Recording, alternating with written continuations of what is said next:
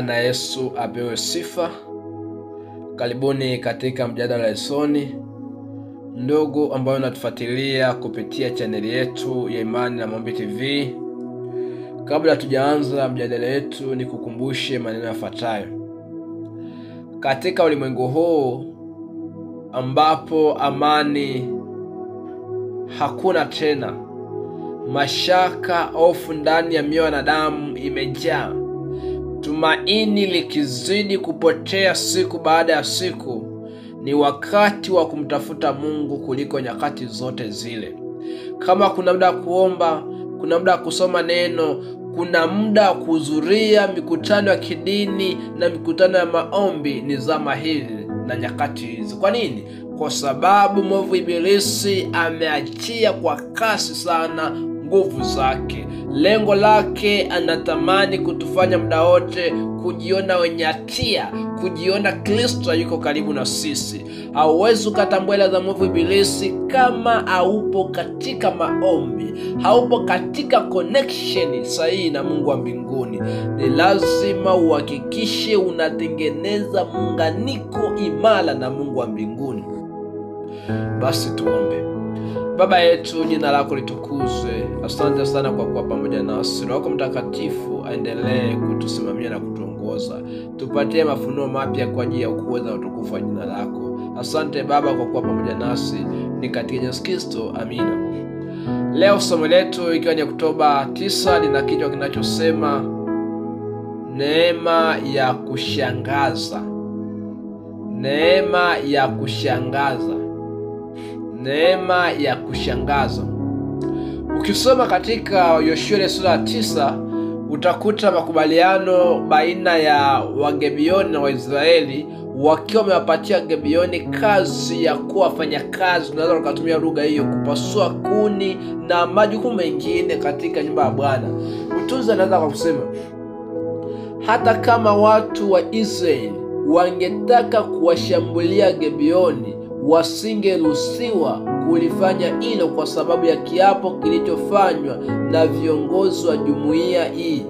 Viongozi wa Israeli walitenda kulingana na kanuni kwamba kiapo alimradi akihusishi uhalifu au kusudi la namna hiyo, ni lazima kiheshimiwe hata kama kitasababisha maumivu binafsi ya mhusika. Katika maisha yetu pia tunapaswa tuangalie, unapoweka makubaliano na mtu fulani, ni lazima uwe makini, utafute kwanza uongozi wa Mungu. Kwa nini? Kwa sababu kisha izinishe yale makubaliano, sio rahisi kuyatengua kama unavyofikiria. Kwenye Agano la Kale, kutumia busara kabla ya kula kiapo na kwa mtu kutunza kile kiapo vinatazama kama sifa nzuri za mcha Mungu. Ili wewe uonekane ni mcha Mungu katika Agano la Kale, ambao sasa hata Agano la leo, hata sisi leo katika maisha yetu, inapaswa tutumie busara na hekima inayotoka kwa Mungu ili kuamua mambo. Hatupaswi kufanya mambo kwa miemko, hatupaswi kufanya mambo kwa kutumia akili na uelevu wetu. Ni lazima tufanye mambo kwa kumuhusisha na kusikiliza Mungu anasema nini. Kwa sababu kiapo kilifanywa katika jina la Bwana Mungu wa Israeli, viongozi hawakuweza kukibadilisha.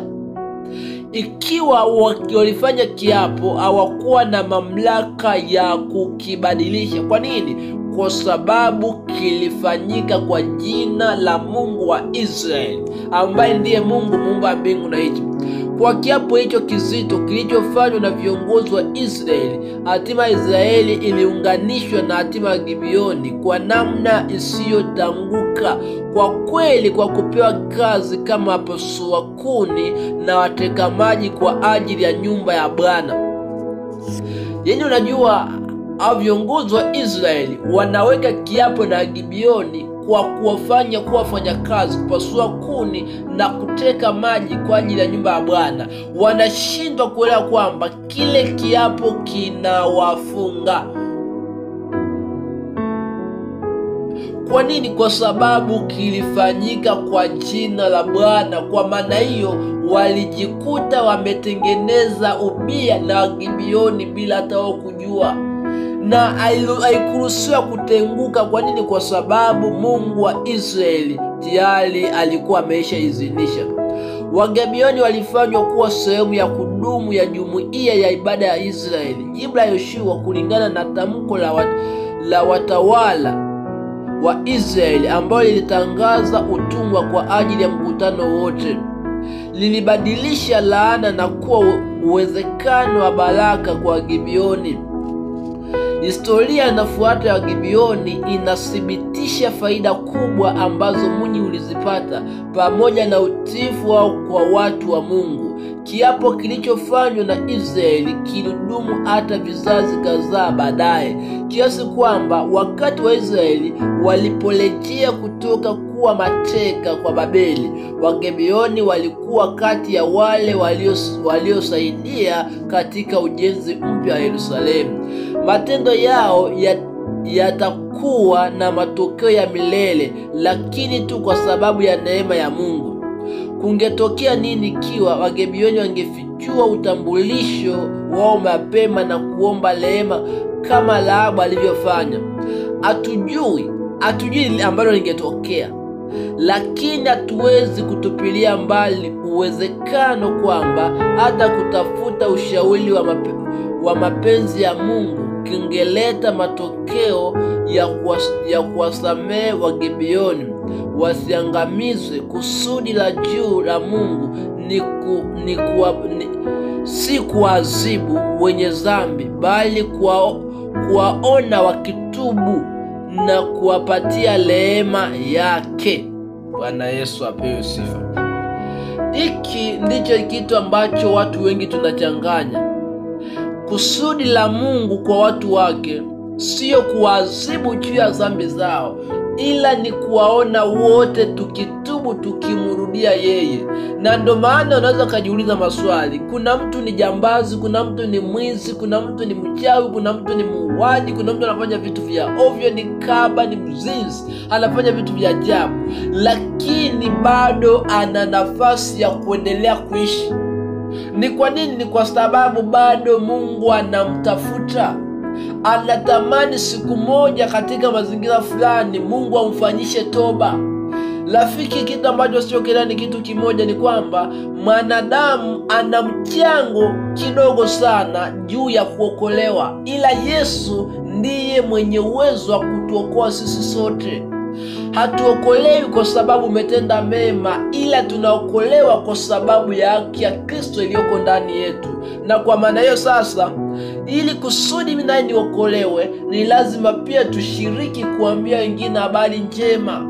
Tunaposhiriki kuambia wengine habari njema, ile haki ya Kristo iliyoko ndani yetu, ndipo tunaitendea kazi. Uwezi ukakaa tu bado umejifungia ndani, unasema mimi nasubiri kuokolewa, mimi ni mtakatifu, sitaki kujichanganya na watu, ni makosa na ni dhambi.